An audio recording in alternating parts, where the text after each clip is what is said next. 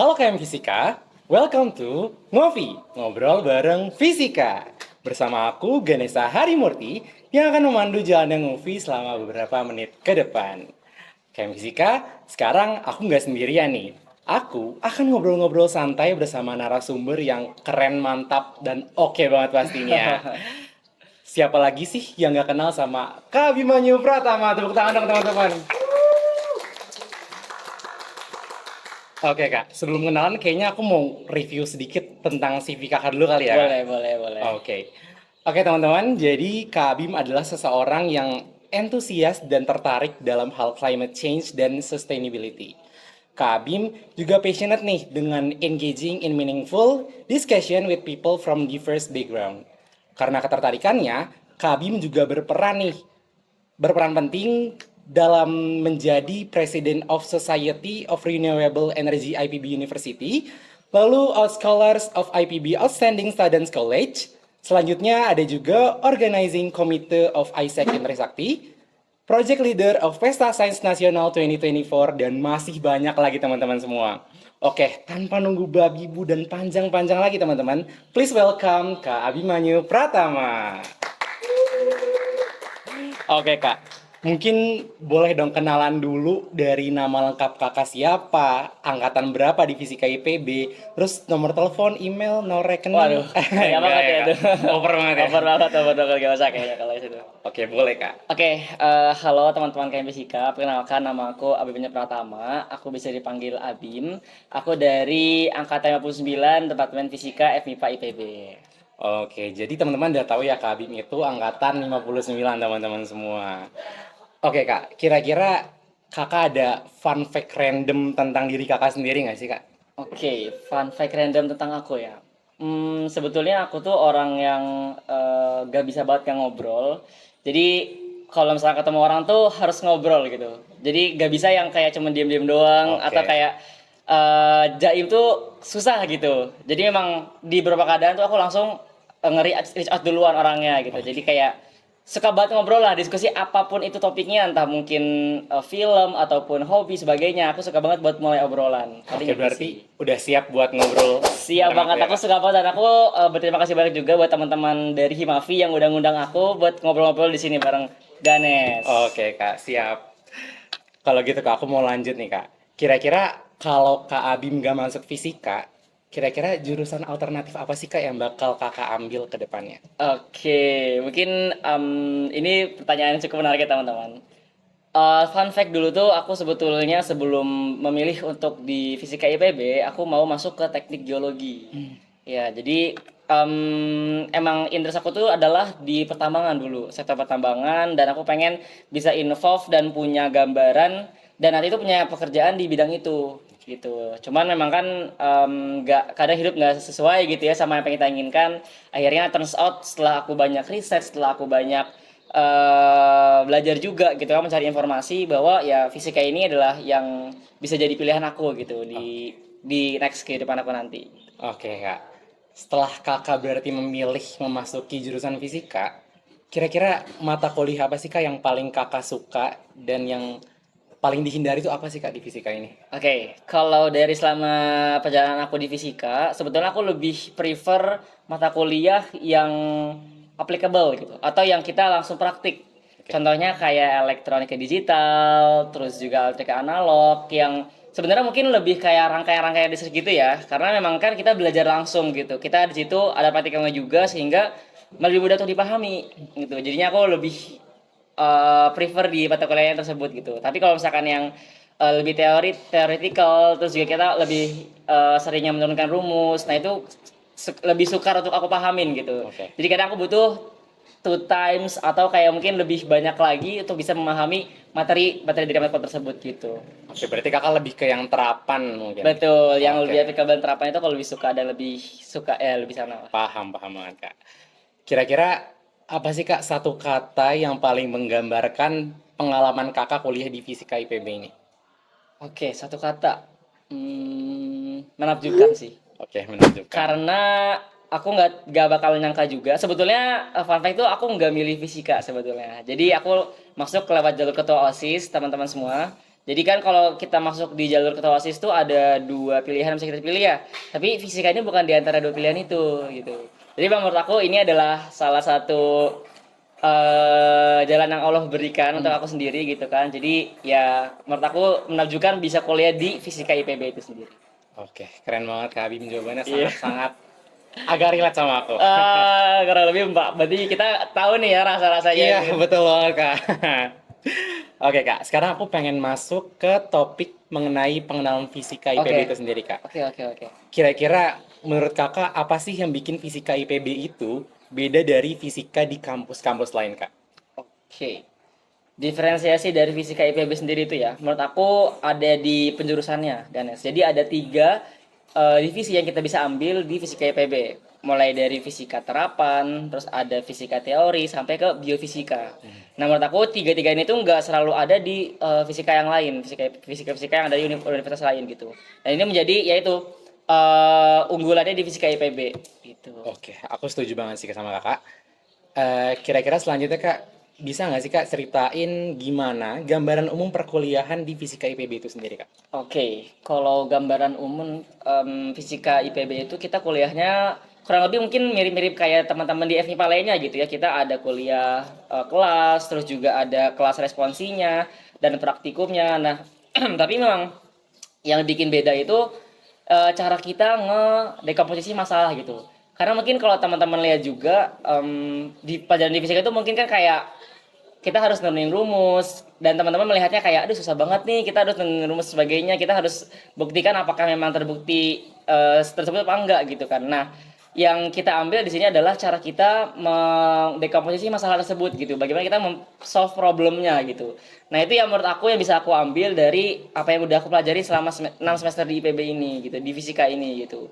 Jadi bukan ya mungkin adalah gitu kan esensial yang fundamental saja gitu kan di ilmu fisika tersebut, tapi yang aku ambil secara general itu adalah bagaimana aku bisa menerapkannya pada kehidupan aku sehari-hari. Oke, Kayak gitu sih ya, Mas. oke Kak. Kira-kira kalau hal paling keren apa nih Kak yang kira-kira pernah Kakak pelajari selama Kakak berkuliah di fisika IPB, ada nggak Kak? Oke, mungkin khususnya di fisika IPB kali ya.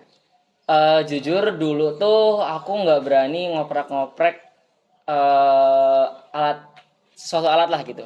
Nah, tapi karena aku belajar di fisika IPB gitu kan, sehingga aku kayak tahu nih cara kita ngebuka komponen, terus kita bisa pasang kembali gitu kan. Walaupun mungkin sebenarnya pas kita belajar di kuliah tuh nggak benar-benar kita ngebongkar pasang gitu kan, tapi tahulah step by stepnya gitu. Nah, di sini menurut aku jadi hal yang aku terus lakukan sekarang lah gitu. Bahkan hal sekotak pun ya, sekotak aku punya di kosan itu sempat mati gitu. Terus aku bingung ini kenapa ya matinya. Dan menurut aku bisa benerin lah daripada beli baru kan. Jadi aku ambil obeng, aku coba pretelin itu sekontaknya dan ternyata ada kawatnya yang nggak nyambung gitu. Oke. Nah, di situ aku mulai berpikir oh mungkin ini aku nggak bakal berani kalau misalkan aku nggak belajar sebelumnya gitu. Walaupun mungkin bukan sub kontak yang aku pelajarin gitu kan, tapi karena aku tahu juga ada komponen yang bisa aku betulin di situ. Nah, di situ aku memilih untuk bisa ngebenerin daripada aku ngebeli baru lagi sub kontak tersebut gitu. Oke, berarti bener-bener beroutput banget ya Iya, Kak? udah kalau lebih kayak Sangat gitu. bisa diterapkan di kehidupan sehari-hari. Betul banget sih Oke, teman-teman. keren banget Kak Bim ini Kak. Oke Kak, mungkin aku selanjutnya pengen nanya tentang ke stereotype kali ya Kak. Oke, Lanjut ke oke, oke. pembahasan stereotype. Yang aku tahu dan mungkin teman-teman tahu, Kak Abim ini kan sering banget nih Kak, ngikut kegiatan-kegiatan keren yang tadi udah disebutin. Oke. Kira-kira ada nggak sih Kak stereotype dari teman-teman Kakak mengenai Kak Abim orang keren tapi kok jurusannya fisika gitu? Yang mana mungkin orang-orang ngira itu fisika kutu buku dan lain-lain gitu Kak.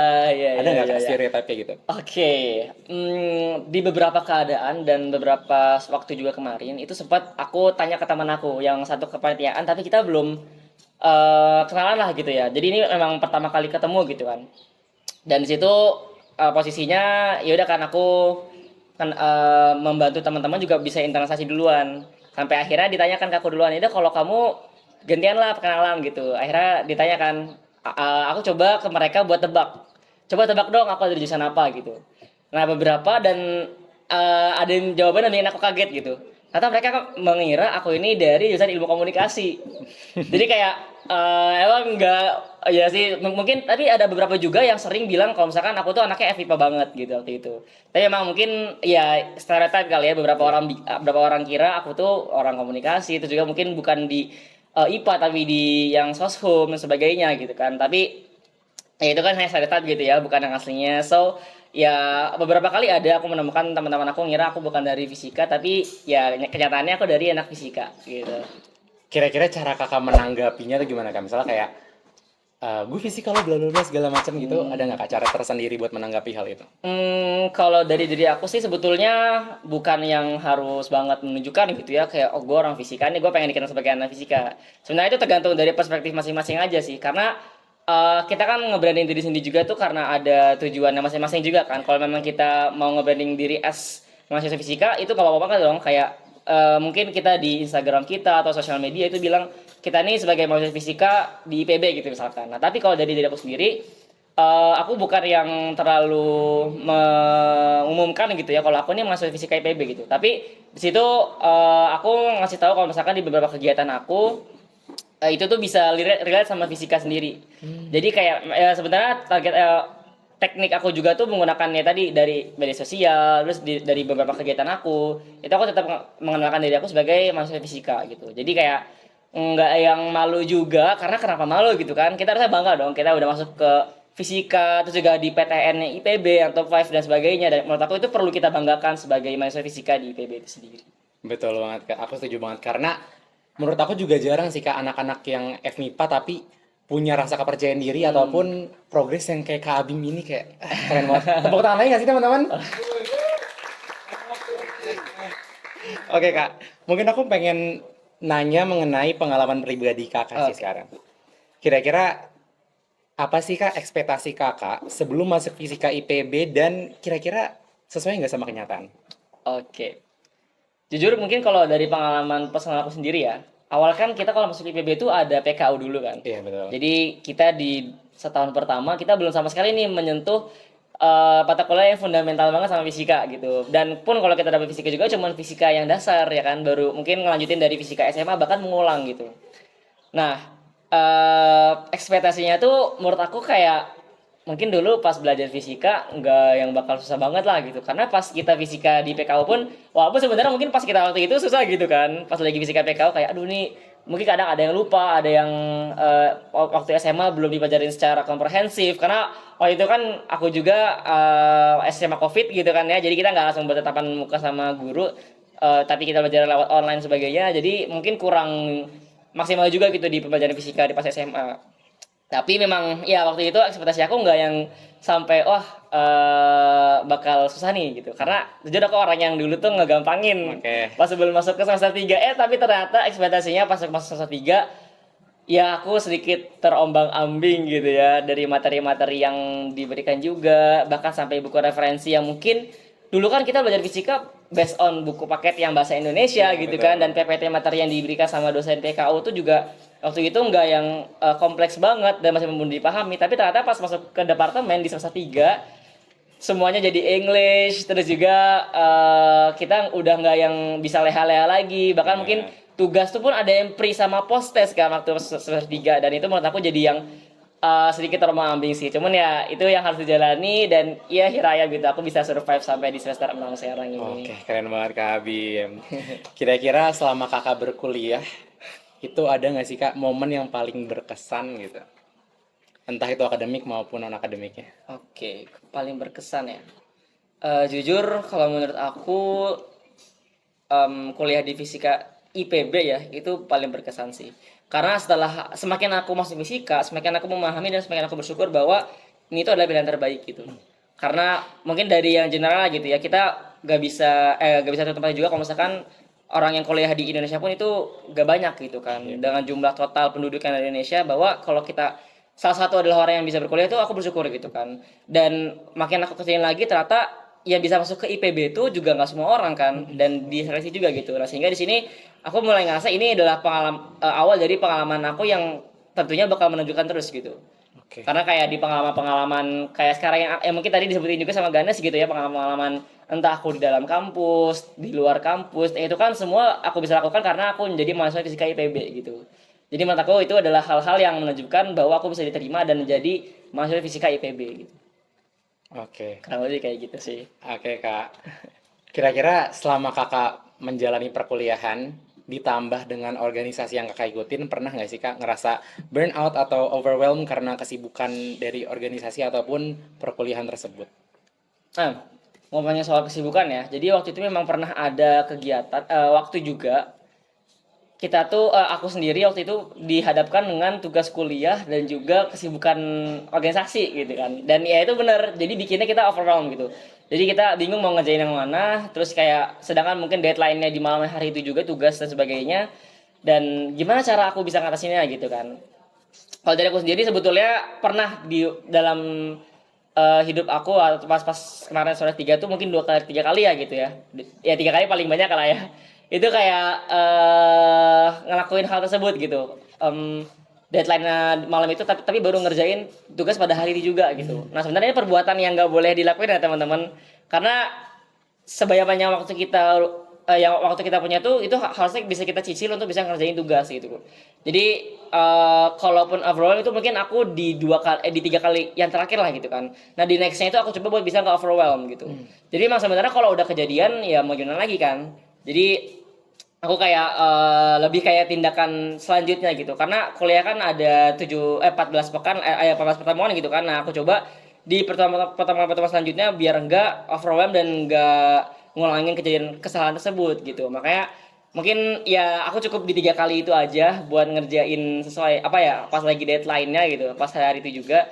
Nah, aku coba untuk bisa ngatur gimana caranya supaya di dalam seminggu itu ada tugas apa aja aku listing gitu kan, dan juga di seminggu itu aku ada kegiatan agenda rapat ataupun kegiatan di hari apa aja gitu. Jadi kayak nggak ada tuh namanya kita overwhelm di waktu yang bersamaan. Mungkin kalau overwhelm dalam satu pekan bisa jadi gitu kan, karena satu pekan bisa jadi itu banyak kegiatan dan banyak kesibukan yang terjadi. Tapi kita bisa meminimalisir dengan caranya kita bikin listing lah gitu. Nah listing itu yang menurut aku ngebantu diri aku sekarang yang jadi kebiasaan aku sekarang gitu. Jadi kalau aku mau ikut kegiatan maupun 2 ataupun 3, tapi kalau misalkan 7 gak mungkin gitu ya. Sebenarnya dalam zaman aku tetap dalam porsinya juga mungkin paling banyak mungkin 4 lah gitu ya. Nah 4 ini aku coba jadwalkan lah, schedule gitu. Aku bikin listing, aku bikin nge-utilize juga beberapa tools gitu ya yang ada sekarang. Nah, itulah cara aku bisa nge-manage diri aku supaya nggak overwhelm gitu. Ketika ada urusan akademik dan non akademik satu lah dalam waktu bersamaan. Oke, berarti Kakak tipikal yang belajar dari kesalahan, terus sekarang udah bisa survive lagi ya Kak? Betul, Oke alhamdulillah Kak, seperti itu alhamdulillah teman-teman. banget teman-teman semua. Oke Kak, tapi selama Kakak berkuliah ada nggak Kak satu momen di mana Kakak ngerasa nggak kuat nih dan hampir nyerah bahkan kepikiran buat UTBK lagi itu ada nggak Kak? Oke, jadi karena tadi mungkin aku di awal udah cerita ya kalau misalkan aku tuh awalnya bukan di fisika gitu ya Betul.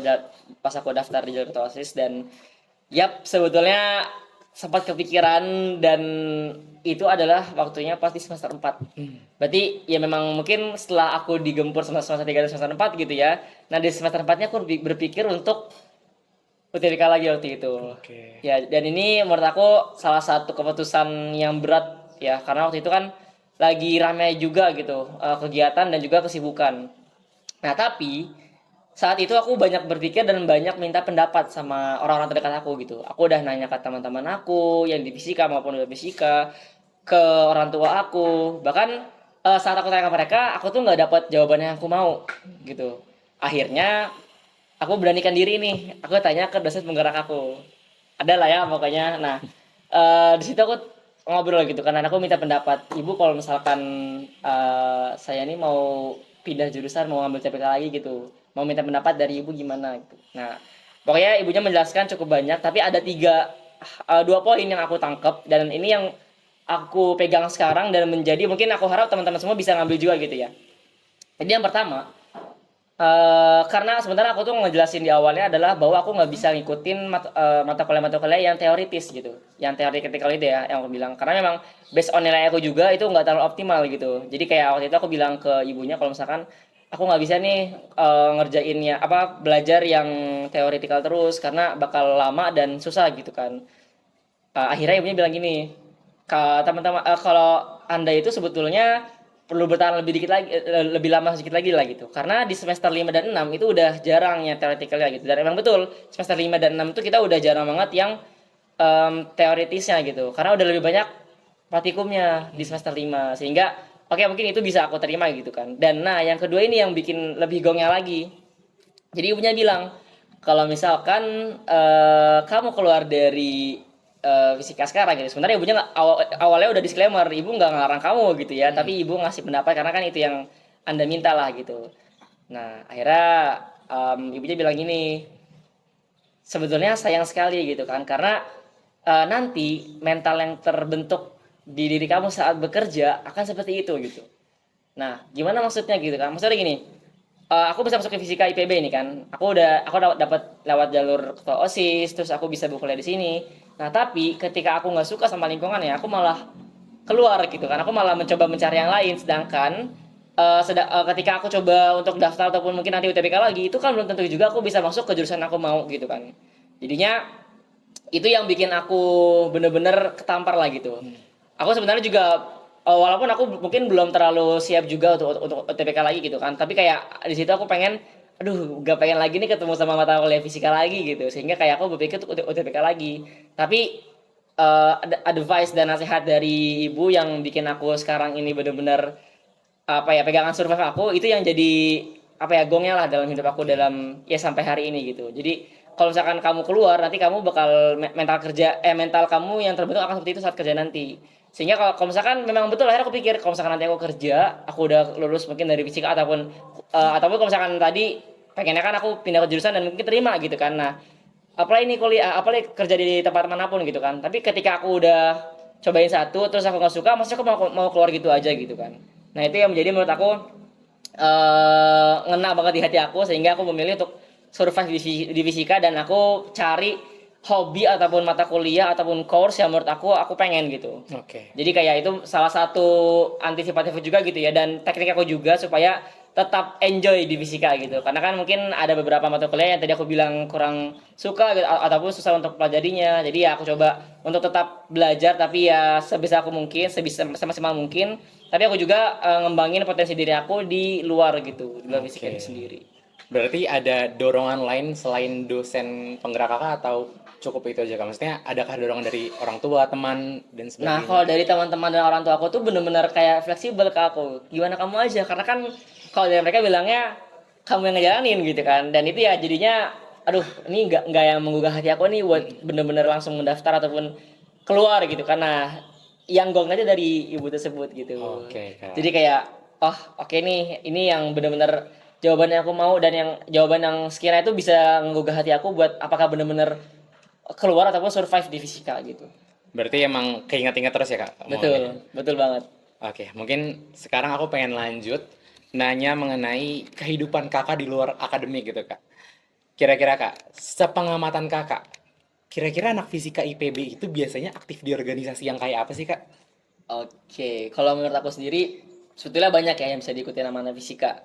Karena dengan kalian masuk ke IPB pun itu udah banyak banget yang bisa kalian ikutin tuh, mulai dari kepanitiaan di kampus secara general gitu ya, IPB general, terus juga mungkin di fakultas, di FMIPA itu sendiri, dan di Himpro atau Himafi ini sendiri gitu. Nah, kalau dari personal aku sendiri itu aku ngeset timeline di diri aku gitu. Jadi ada beberapa kuartal ataupun roadmap yang aku udah set supaya aku tuh bisa ngikutin semuanya. Karena tadi kalau misalkan kita ikutin semua dalam satu waktu bersamaan, itu gak mungkin banget kan. Jadi kayak aku bikin di tahun pertama aku ikut apa aja, tahun kedua ikut apa aja, tiga dan keempat juga gitu. Nah akhirnya aku udah cukup puas lah gitu sampai sekarang di tingkat 3 gitu ya, ada organisasi yang udah akhirnya aku coba, sempat aku dambakan dan aku berhasil masuk gitu alhamdulillah. Kayak mungkin yang pertama di tahun pertama tuh aku ikut Ormawa Eksekutif PKU waktu itu sebagai Departemen PSDM. Terus juga aku sempat ikut di kepanitiaan general IPB di MPKMB, aku sempat jadi PJK juga. Terus di semester 3-nya itu aku ikut kegiatan apa ya, ntar aku ingat dulu. Semester 3, oh SRI ya, Oh, aku mulai SRI itu di semester 3 itu, dan ya cukup banyak info juga. Nah sebetulnya di SRI ini itu aku bisa nge-connect juga ke SRI yang ada di luar IPB gitu. Karena SRI itu kan sebetulnya student chapter ya. Jadi ada SRI Indonesia dan juga SRI SC. Nah, aku tuh sempat ikut juga beberapa kegiatan yang ada di luar IPB gitu. Jadi ya sebenarnya nih salah satu exposure sebagai anak SRI juga itu aku tuh bisa nge-connect sama orang-orang yang ada di luar IPB gitu. Dan mereka juga anak SRI gitu. Dan semester 3-nya dari semester 3 itu aku udah ngelihat satu program yang menurut aku tuh aku harus ikutin di IPB. Nah, itu adalah IPB Outschool waktu itu. Oke. Dan aku coba buat bisa ngesiapin diri aku gimana caranya supaya pas nanti ketika memang waktunya sudah bisa gitu aku bisa ikut di IPB Outschool ini gitu. Sebetulnya dari semester 3 tuh aku udah bisa ikut dan udah bisa join gitu. Tapi waktu itu aku lupa dan belum siap juga gitu untuk bisa join. Akhirnya aku baru join di semester 5 kemarin. Oke. Ya di tiga ini lah gitu kan.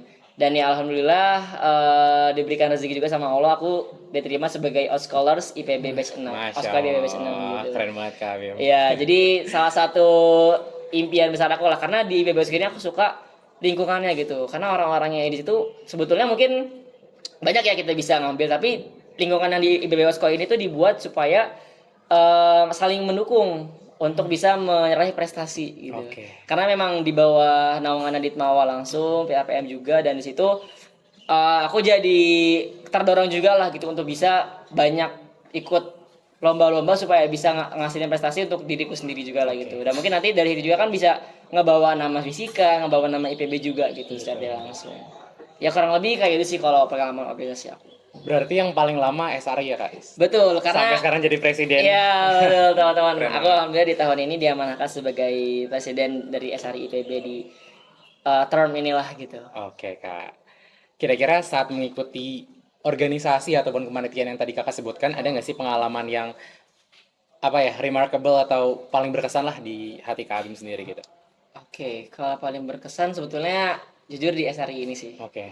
Karena SRI di IPB itu kan masih batch forming ya, masih benar-benar membangun dan di tahun aku pun ini sekarang kita tahun ketiga untuk SRI IPB dan ini benar-benar menguras tenaga banget, menguras energi dan pikiran juga, waktu pun juga gitu sehingga ini bakal ya karena kan harus bisa pay off banyak lah gitu sehingga nanti apa yang aku tuai juga aku bisa lihat tumbuhnya gitu. Jadi kayak aku harap mungkin di kedepannya juga ini akan jadi delegasi aku gitu kan ke next term dari SRI itu sendiri gitu. Jadi dengan aku menjadi presiden di term ini juga itu menjadi pengalaman yang paling menunjukkan dan menjadi ketua Ormawa lah gitu kan di IPB secara tidak langsung kayak gitu. Oke Kak. Kira-kira dari banyaknya organisasi yang Kak Abim ikutin, bermanfaat gak sih buat Kak Abim? Dan kira-kira gimana sih Kak cara untuk milih mana organisasi yang worth it untuk diikutin dan mana yang enggak gitu Kak? Oke. Pasti berkesan banget buat aku karena mulai dari self development aku dan juga ke eksternal diri aku sendiri gitu. Kalau eksternal pasti ke relasi teman-teman ya. Kita bisa networking ke orang banyak, bisa ke mungkin tergantung lingkupnya gitu ya. Entah mungkin di IPB, entah mungkin di fisika ataupun di FMIPA sampai ke luar IPB juga gitu kan. Karena kan sebetulnya aku kemarin juga ikut aku sempat ngekontak di PSN itu sendiri ya. Ya PSN juga ada salah satu program besar juga di FMIPA dan aku kemarin diamanahkan sebagai ketua PSN-nya dan itu juga broadening my network juga gitu ke seluruh teman-teman yang ada di FMIPA gitu. Mulai dari karena oh ya dulu kan belum dipisah ya, masih jadi FMIPA satu dari statistika sampai dengan biokimia. Nah, di situ aku kenal sama semua orang. Soalnya kayak aku punya teman di departemen statistika ada, departemen GFM ada sampai ke biokimia gitu. Nah, ini jadi salah satu yang aku harapkan juga gitu kan karena dengan aku ikut PSN tuh aku bisa nge-connect diri aku ke teman-teman yang lain juga gitu ke satu FMIPA tuh khususnya kan. Nah itu yang jadi yang aku bisa bayangkan dan banggakan dan bisa aku ambil gitu. Dan yang gue juga adalah bagaimana kita bisa melatih time management. Karena menurut aku time management itu selagi teman-teman mungkin tahu ataupun bisa gitu nggak percuma kalau nggak diterapkan terus gitu. Jadi dengan aku mengikuti berbagai kegiatan, dengan aku mengikuti berbagai agenda, aku bisa melatih time management aku gitu. Mungkin teman-teman udah sering dapat banyak tips ataupun triks gitu ya dari beberapa orang yang mungkin terbukti mereka sukses gitu. Tapi menurut aku itu bakal sia-sia kalau teman-teman nggak ngelakuinnya gitu. Oke. Dan aku melakukan itu gitu kan. Jadi kayak mungkin aku dapat beberapa tips nih dari orang-orang yang mungkin menurut aku dia sukses dan bisa manage waktunya gitu. Nah aku ambil gitu. Jadi kayak ada beberapa mungkin 3 ataupun 2 orang dan aku coba terus gitu kan. Mungkin ketika aku coba tips pertama nggak berhasil, tips kedua nggak berhasil, tips ketiga nggak berhasil. Nah, tapi di antara 3 tips atau trik yang udah aku lakuin itu ada beberapa yang bisa aku ambil gitu. Nah sehingga aku bisa memformulasi tips and trick sendiri gitu. Jadinya menurut aku ini yang pas dan juga cocok untuk bisa aku terapkan untuk time management aku sendiri gitu. Dan makanya itu yang menjadi hasil dari usaha aku selama ini dalam mengikuti organisasi gitu. Oke. Berarti kakak pilih-pilih dulu baru diterapin gitu ya Betul, kak? betul, Oke. betul. Mungkin, kenapa kak? Sama tadi ada satu lagi ya pertanyaannya aku lupa. Bentar. Oh iya, kira-kira gimana sih cara milih Oh ya. organisasi yang worth it buat ikutan? Oke, kalau worth it ini sebenarnya tergantung goals teman-teman sebetulnya. Karena kalau dari aku sendiri juga, aku tuh nggak ngikutin semuanya teman-teman. Makanya mungkin teman-teman bisa kenali teman-teman diri sendiri. Terus kayak cari tahu kalian tuh sukanya apa, kalian maunya apa gitu. Karena walaupun kita di jurusan fisika, kita nggak harus mulai karir ataupun mulai kegiatan yang berkaitan dengan fisika terus gitu. Nah, kita bisa mungkin out of the box. Mungkin teman-teman punya hobi sebagai eh, atlet gitu. Silakan teman-teman ikut lomba ataupun ikut kegiatan-kegiatan yang bisa mengasah karir atlet teman-teman gitu. Karir atletik teman-teman dan juga mungkin kalau misalkan berorganisasi mungkin kayak aku yang ikut kegiatan banyak gitu kan. Silakan teman-teman pilih juga gitu. Kira-kira kegiatan seperti apa? Apa kegiatan yang dalam kampus, kegiatan luar kampus, terus juga mungkin kegiatannya di bidang misalkan entertainment ataupun kegiatannya akademik, edukasi sebagainya. Nah, itu teman-teman harus ketahui dulu gitu. Nah, sehingga bagaimana teman-teman bisa pilih itu worth it atau enggak gitu. Teman-teman yang bakal dapat jawabannya sendiri gitu. Karena itu yang menurut aku worth it atau enggaknya itu yang bisa teman-teman jawab sendiri. Kayak gitu sih. Oke kak. Karena tadi udah bahas tentang pengalaman kakak, kayaknya aku mau sedikit balik lagi nih kak ke fisikanya. Oke, oke, oke, Oke. oke, oke. Tadi kan kakak bilang kakak lebih ke fisika terapan ya kak. Berarti Mhm. yang suka praktikum dan lain-lain Hmm. ya kan kak. Nah kalau gitu bisa nggak sih kak ceritain kira-kira pengalaman praktikumnya fisika tuh kayak gimana sih kak? Oke. Apakah kakak bisa menghasilkan sebuah robot yang gimana-gimana Waduh, atau? oke, oke, oke, oke. Memang sebetulnya menarik teman-teman. Jadi kalau aku lihat ya, kita tuh sebenarnya mempelajari dasar ya kan dari yang bisa kita pahamin secara fisikanya gitu. Nah, khususnya mungkin aku bakal ngebahas tentang elektronika anak dan elektronika digital gitu ya. Karena itu kan lanjutan juga gitu. Nah, aku tuh suka banget ketika kita bisa bikin suatu hal yang mungkin ada di laptop kita itu, ya kan di device kita, dan ternyata bisa kita input ke suatu alat dan dia bergerak gitu, sesuai dengan apa yang kita mau.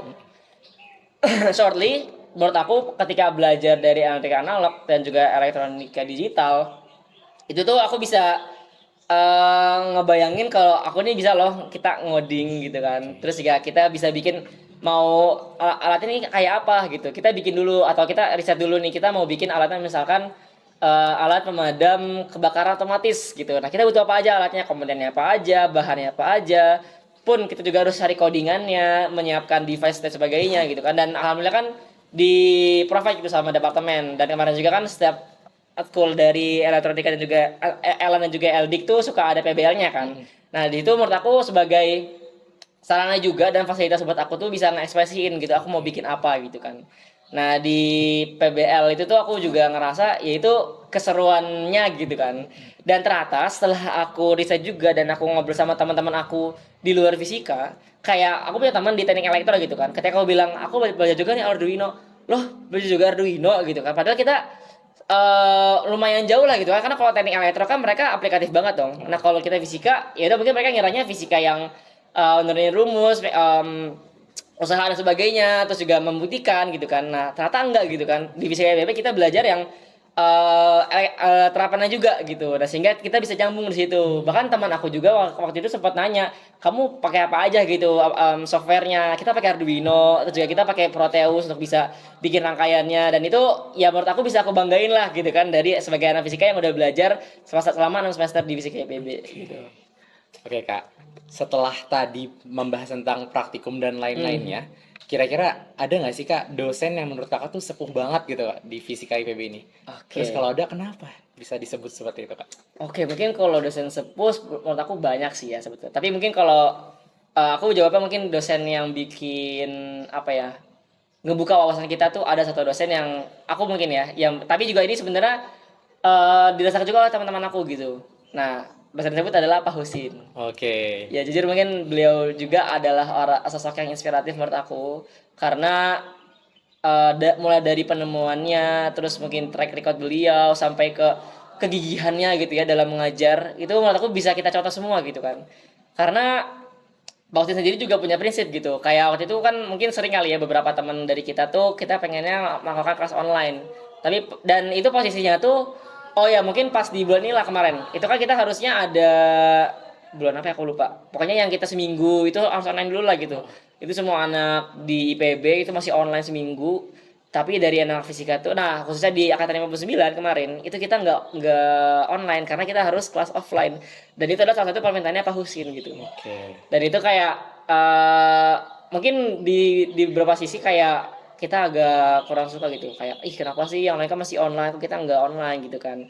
nah akhirnya di situ aku nggak ngeliat dari situ aja tapi aku ngeliat dari sisi yang lain gitu aku ngeliat bahwa kita tuh di sini diuji gitu bahwa kita kita benar-benar mau nggak sih belajar atau kayak semangatnya tuh masih ada nggak sih belajar di menurut ilmu lah gitu nah sehingga itu yang sekian kalinya dibikin terkesan lah gitu sama Pak Husin Oke. karena metode pengajaran beliau metode komunikasi beliau itu yang menurut aku respect dan juga aku suka gitu dari beliau kayak gitu sih. Oke Kak. Kira-kira nih Kak, menurut Kakak lulusan fisika IPB itu bisa kerja di bidang apa aja sih Kak? Lulusan fisika IPB menurut aku banyak karena fun fact-nya juga teman-teman ada lulusan alumni fisika IPB itu yang kerjanya bahkan bukan di bidang fisika gitu ada yang ada yang di pemerintahan bahkan kan itu juga pemerintahan bukan maksudnya di fisika mananya gitu kan politik sebagainya gitu kan terus juga ada yang buka usaha sendiri gitu menurut aku kalau kita based on pelajaran kita gitu ya apa yang kita pelajari di IPB mungkin bisa lah gitu kita melanjutkan karir kita di BRIN sebagai peneliti kita mungkin mencari rumus dan sebagainya nah itu bisa gitu dilanjutkan gitu kan tapi more than that juga kita bisa expand lah gitu atau out of the box dari fisika itu sendiri gitu karena aku pun juga sebetulnya sebenarnya masih bisa dilinearkan gitu ke fisika gitu tapi kayaknya ini lebih aplikatif karena kalau dari aku sendiri aku lebih milih mau bekerja nanti itu di profesional di bidang renewable energy Oke. gitu karena memang aku udah selesai juga di semester 3 dan semester 2 lah kurang lebih itu aku pengen bekerja dan berkecimpung di sektor renewable energy itu sendiri gitu entah nanti aku mungkin jadi profesional terlebih dahulu terus nanti setelah aku memiliki karir dan juga punya beberapa modal aku bakal coba buka usaha ataupun jadi entrepreneurship di bidang renewable energy gitu. Oke. Jadi kurang lebih banyak sih tergantung kita juga dan tergantung teman-teman misalkan mau menekuni bidangnya sejak kapan dan melihat teman-teman 5 tahun ke depan itu seperti apa. Nah, itu yang akan menentukan pekerjaan teman-teman semua. Oke, Kayak berarti gitu Kak sih. Abim udah terplanning banget ya Kak? Betul, alhamdulillah sudah seperti itu. Makanya join SRI juga Betul. selinear banget sama. Iya, Iya. ternyata sama yang udah aku mau gitu. Oke Kak. Mungkin Kak, kalau Kak Abim boleh berharap, kira-kira Kakak pengen fisika IPB itu nanti ke depannya kayak apa sih Kak? Oke, harapan besar mungkin ya. Jujur, aku pengen fisika IPB itu lebih dikenal sama anak-anak SMA karena keunikannya, karena keunggulannya dan juga eh mahasiswanya gitu. Karena menurut aku masih banyak banget dan minim juga orang yang tahu fisika IPB itu sebagus apa loh gitu. Jadi kayak aku mungkin surat terbuka juga ya buat teman-teman semua di sini anak fisika, jangan merasa rendah, jangan merasa kalian tuh nggak sekeren anak-anak FMIPA ataupun anak-anak fakultas lainnya di IPB, tapi kalian ini adalah anak fisika IPB yang bisa kalian banggakan loh. Kalian bisa jadi keren sama seperti orang-orang yang mungkin juga udah keren gitu di fakultas lain, tapi kalian bisa shine with yourself dengan cara kalian sendiri gitu. Jadi aku pengen teman-teman fisika di IPB yang sekarang ini mungkin angkatan ya siapapun gitu ya, maupun alumni ataupun teman-teman yang masih belajar dan yang mungkin masih bingung mau ambil jurusan apa di saat nanti berkuliah, kalian banggalah gitu dan kalian bisa coba research tentang fisika IPB dan menurut aku fisika IPB itu worth untuk bisa kita tuh belajar di dalamnya teman-teman, kayak gitu sih. Oke, setelah melewati pembahasan-pembahasan tadi kayak aku merasa termotivasi banget sebenarnya, Kak. Alhamdulillah ada termotivasi teman-teman berarti ya. Satu dari aku. Iya, Teman-teman oke. termotivasi nggak teman-teman? Oke Kak, sekarang aku mau lanjut nih ke sesi Q&A. Oke, boleh Mungkin boleh. kayak yang Kak Abim tahu di IG Himavi sendiri kan udah pernah ya Kak ada Hmm. yang tanya Kak Abim segala macam Oh gitu. iya, aku sempat lihat juga di Instagram. Nah, aku sama teman-teman dari MNB ini udah milih sekitar 4 pertanyaan dari total 1.540 penanya. Tepuk tangan, teman-teman. Semoga pertanyaannya ini yang udah terfilter baik gitu ya. Udah terbaik banget sih Kak Karena banyak pastinya. banget tadi yang bertanya. Oke, boleh lanjutkan. Oke, pertanyaan pertama dari nama akunnya itu Taylor Bogor. Oh. Katanya gini Kak, Kak Abim spill dong caranya bagi waktu kegiatan akademik sama non akademik kayak gitu.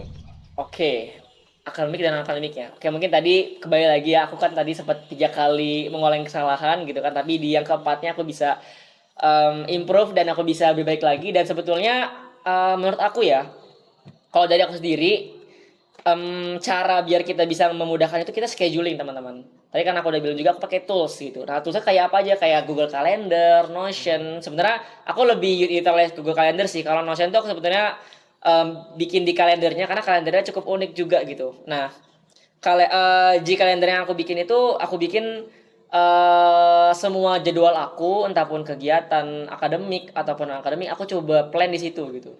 Mungkin juga tugas, deadline tugas sebagainya aku masukin di situ karena sebetulnya filosofinya adalah aku coba bikin kegiatan, aku coba bikin reminder yang setiap hari itu aku lihat terus gitu. Nah hal tersebut adalah handphone gitu kan.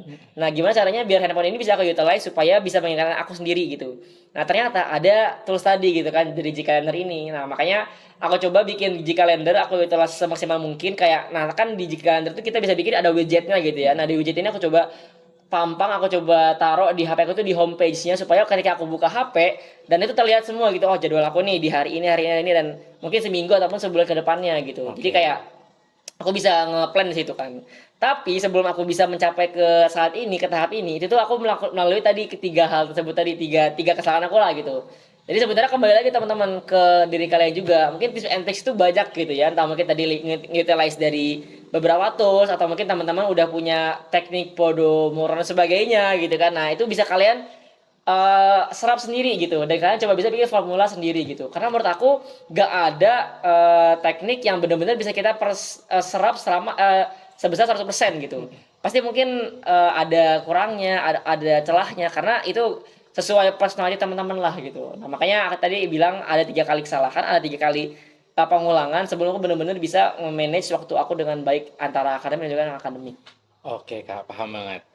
Selanjutnya ada pertanyaan kedua Kak dari nama akunnya RMDHN_THV. Oke. Pertanyaannya gini Kak, Kak tutor dong jadi delegasi ke luar negeri katanya gitu. Oh Mungkin bisa iya kali Kak di iya. spill dikit. Oke. Ya kemarin alhamdulillah teman-teman aku sempat ada kegiatan juga program ke luar negeri, tepatnya ke Malaysia kemarin di bulan Desember ya di penghujung tahun 2024 kemarin. Em, itu aku laksanakan selama seminggu kita ya aku gitu kan di Malaysia kemarin dan di situ sebenarnya kegiatannya adalah pengabdian masyarakat tapi ke orang-orang yang ada di Malaysia itu teman-teman karena sebetulnya kan kalau kita lihat dari sisi segala pun setiap negeri itu pasti punya plus dan minusnya gitu setiap punya sisi buruk sisi jahatnya lah baik dan buruknya lah gitu. Nah di situ kita coba belajar gitu walaupun mungkin sebenarnya di Indonesia kan juga kita belum benar-benar mengakui bahwa Indonesia itu yang terbaik enggak gitu kan tapi kita coba belajar kita coba memahami apa kesalahan dan solusi yang bisa diterapkan gitu. Nah sebetulnya kalau dari bagaimana aku bisa mencapai ke sana itu aku coba explore sebenarnya sih karena kita nggak bakal tahu programnya apa kalau kita nggak explore dan sebetulnya teman-teman itu banyak banget program yang bisa mengatakan kita ke luar negeri entah mungkin ke Singapura atau Malaysia sebenarnya paling paling mudah dan paling sering itu mengajak kita ke Malaysia dan Singapura sih tapi sebenarnya masih banyak lagi entah ke Jepang ataupun negara-negara Asia lainnya gitu. Oke. Nah kalau kita nggak explore kita nggak tahu gitu kan. Nah selain explore ini sebetulnya kita perlu compare gitu. Nah, explore itu kayak kalian tahu nih, kalian harus tahu kayak programnya siapa yang menyelenggarakan, programnya kapan aja, terus juga apa yang diperlukan, terus ngapain aja, dan kalian kira-kira bisa involve nggak di program itu. Nah, kalian harus coba tahu juga bagaimana program ini tuh bisa fit sama teman-teman gitu. Karena kalau misalkan programnya kalian tahu tapi kalian itu nggak involve, itu menurut aku kayak akan sia-sia banget gitu. Makanya coba teman-teman kenali lagi diri kalian, terus juga explore lebih dalam, lebih banyak lagi dan cari gitu. Kira-kira apa yang sesuai. Karena ketika teman-teman merasa sesuai dan bisa untuk mengikuti program tersebut, nah itu akan menjadi peluang teman-teman gitu. Karena ini adalah salah satu program yang aku lolos gitu. Karena sebelumnya aku juga udah banyak ikut dan gagal gitu di seleksinya. Mungkin ada 5 atau 4 kali itu aku apply dan itu aku nggak lolos gitu kan. Dan alhamdulillah ini jatah berhasil aku gitu ya, Oke. jatah dan rezeki aku juga untuk bisa berangkat ke Malaysia kemarin. Berarti hasil tidak mengkhianati perjuangan Kak Abim ya Kak? Betul teman-teman, karena kayaknya kita pasti punya jatah gagal gitu setiap orang. Dan teman-teman juga harus mengakui itu dan menurut aku untuk gagal itu ada hal yang biasa gitu. Karena ketika teman-teman setiap setelah gagal, pasti teman-teman juga ada hal yang kalian improve gitu. Kayak mungkin kalian kan juga setiap gagal pasti kayak bilang ini apa ya yang aku mungkin kurang maksimal, ini apa ya yang mungkin menurut aku atau menurut kalian tuh kayak harus diubah gitu. Nah, di next termnya atau di next percobaan pasti bakal improve dari yang sebelumnya gitu. Oke Kak. Pertanyaan selanjutnya Kak, ada pertanyaan dari akun namanya miaf.09. Oke. Pertanyaannya, Kak gimana sih caranya biar jadi ketua SRI yang super keren itu? Oke. Tadi pertanyaannya ini banget ya, kayak sebenarnya macam banyak kalau kata-kata yang keren. Jadi kayak ya oke lah gitu kalau misalkan perspektif, tapi oke mungkin aku coba jawab kali ya. Boleh Kak. Sebetulnya buat menjadi seorang yang diamanahkan gitu ya sebagai presiden ataupun ketua itu gak lebih dari rasa tanggung jawab teman-teman.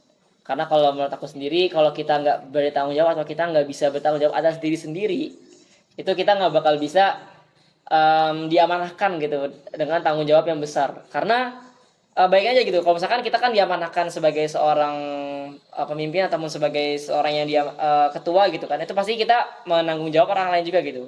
Kita bertanggung jawab atas orang lain juga. Nah di sini baiknya kalau misalkan teman-teman nggak bisa bertanggung jawab atas diri teman-teman, kalau misalkan teman-teman bakal ngurus teman-teman orang-orang yang lain gitu. Oke.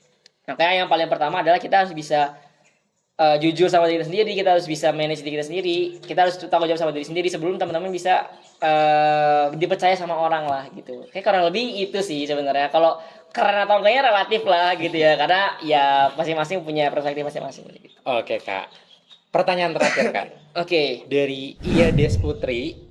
Pertanyaannya adalah, Kak jelasin dong perbedaan dari fisika teori, terapan, dan biofisika. Kira-kira Kakak tertarik yang mana gitu? Oh, oke oke. Karena kebetulan aku juga udah di semester akhir gitu ya. Jadi aku udah ngambil 3 dari peminatan yang ada di fisika itu, teman-teman. Oke, jadi kalau misalkan perbedaan sama sebetulnya tadi ya kayak udah sebutin, itu kan fisika teori berarti mereka ini lebih seringnya itu mengkaji rumus, terus membuktikan rumus, pemodelan sebagainya. Karena fisika teori itu nggak aplikatif gitu dan biasanya mungkin lebih sering di lab dan ya tadi menurunkan rumus dan membuat pemodelan gitu di fisika teori. Nah kalau di fisika terapan itu lebih seringnya adalah hal-hal yang diterapkan di kehidupan masing-masing, kehidupan sehari-hari gitu. Dan produk-produk fisika terapan juga udah banyak nih di fisika IPB kayak kalau teman-teman tahu tuh ada rompi anti peluru, nah itu dari fisika IPB gitu. Dan masih banyak lagi terobosan-terobosan dan juga penemuan dari fisika terapan dan itu yang jadi unggulan dari fisika terapan itu. Nah sedangkan kalau di fisika IPB itu kita condongnya di material biomedis gitu. Jadi kayak ada kemarin itu aku lupa ya apa ya. Ya intinya kalau nggak salah di biofisika itu kita belajarnya adalah material-material yang digunakan untuk medis dan kehidupan masyarakat gitu. Oke. Kurang lebih kayak gitu sih untuk jawaban. Oke Kak. Untuk pertanyaannya udah habis dari 4 pertanyaan yang tadi udah kita pilih-pilih. Mungkin sekarang lanjut ke sesi yang terakhir, sesi penutupan. Oke.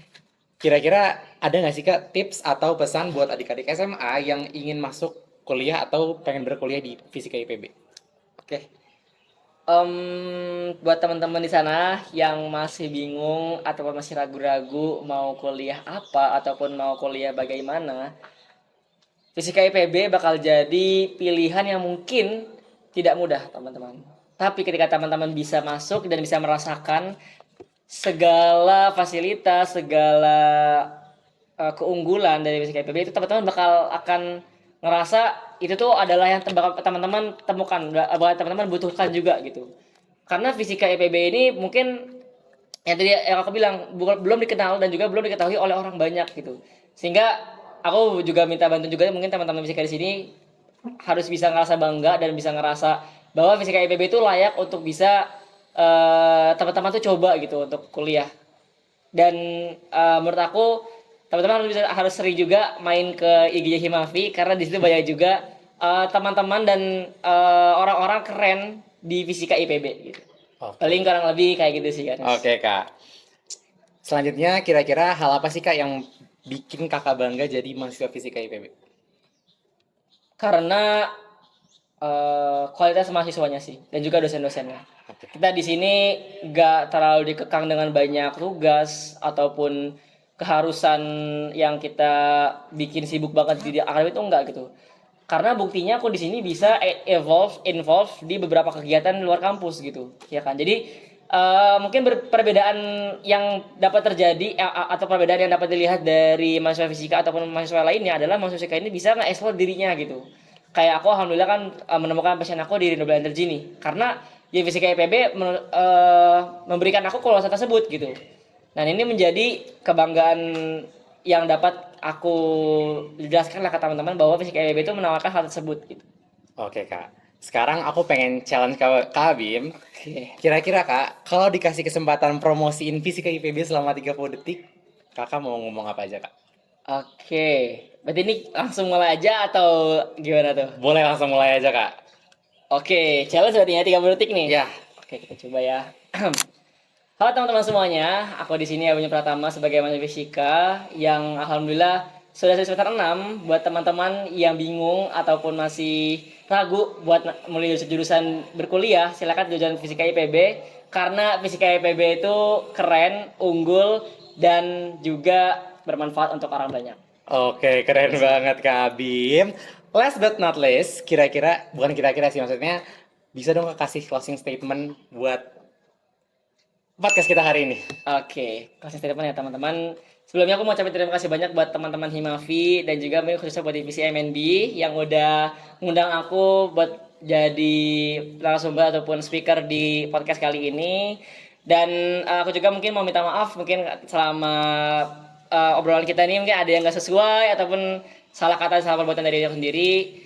Intinya adalah bahwa fisika itu sesuatu yang misteri teman-teman dan harus kalian explore dan teman-teman cuman bisa cari tahu jawabannya kalau teman-teman berani dan juga mau gitu akan hal tersebut dan teman-teman juga harus cukup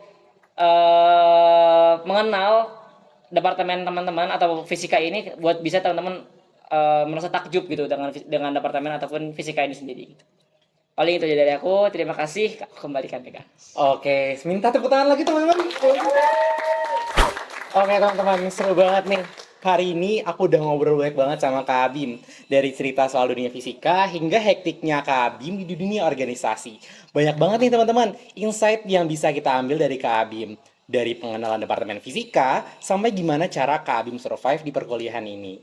Buat teman-teman yang lagi aktif-aktifnya di dunia kampus atau baru mau masuk ke fisika IPB, semoga obrolan ini bisa bermanfaat buat kamu yang nonton. Oke, ingat ya teman-teman, kuliah bukan cuma soal IPK, tapi juga soal proses pembentukan jati diri kita kayak Kak Bim itu sendiri teman-teman semua. Oke, terima kasih teman-teman udah dengerin Ngopi bersama Kak Bim hari ini. Don't forget to like, comment, and subscribe. Dan buat teman-teman yang mau ngepoin, kira-kira bisa dicari di mana nih Kak buat ngepoin Kak Bim? Oke, boleh cek Instagram aku aja @abimanyup__. Oke, mungkin sekian dari aku Ganesha Harimurti Fisika 60 bersama narasumber kece kita. Abimanyu Pratama dari Fisika 59. Pamit undur diri. See you Terima teman-teman. kasih.